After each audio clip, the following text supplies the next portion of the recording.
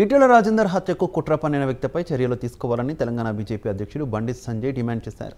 సంపూర్ణ విచారణ జరిపి దోషులను శిక్షించాలన్నారు. ఈ విషయంపై రాష్ట్ర ప్రభుత్వం, హోమ్ మినిస్టర్ స్పందించాలన్నారు.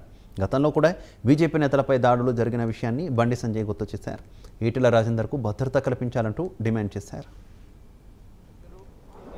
ధర్మపురి అరవింద్ గారి మీద తప్పకుండా దాని మీద విచారణ జరపాల్సిందే.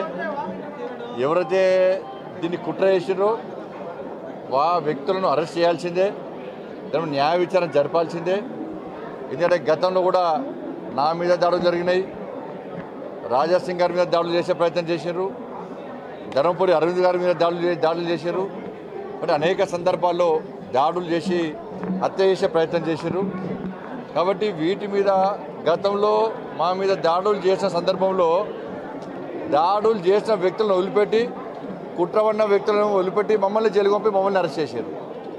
కానీ ఇప్పటికైనా రాష్ట్ర ప్రభుత్వము నా ముఖ్యమంత్రి కొడుకు స్పందించాడు. పాపం ఫస్ట్ అరెస్ట్ చేయి, ఎవరు కుట్ర చేసిర్రో ఎవరు చేసిర్రో వాళ్ళని అరెస్ట్ చేయి. ఫస్ట్ అరెస్ట్ చేస్తే నీ మాట ఊరించుకుంటా మాటలు చెప్పి నీ అయిపోయినట్టు మాట చెప్తే వాడు నమ్మడు.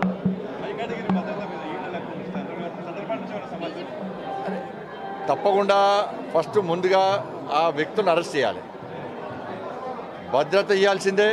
భద్రత గురించి ఎవరికి ఏం ఆబ్జెక్షన్ లేదు. కానీ కుట్ర చేసిన వ్యక్తి, ఆరోపణలు ఉన్నటువంటి వ్యక్తి ఇంకా టీవీ డిబేట్లో పాల్గొంటున్నాడు, ఆరోపణలకు ప్రత్యారోపణలు చేస్తున్నాడు, ప్రభుత్వం ఆరోపణలు చేస్తున్నది.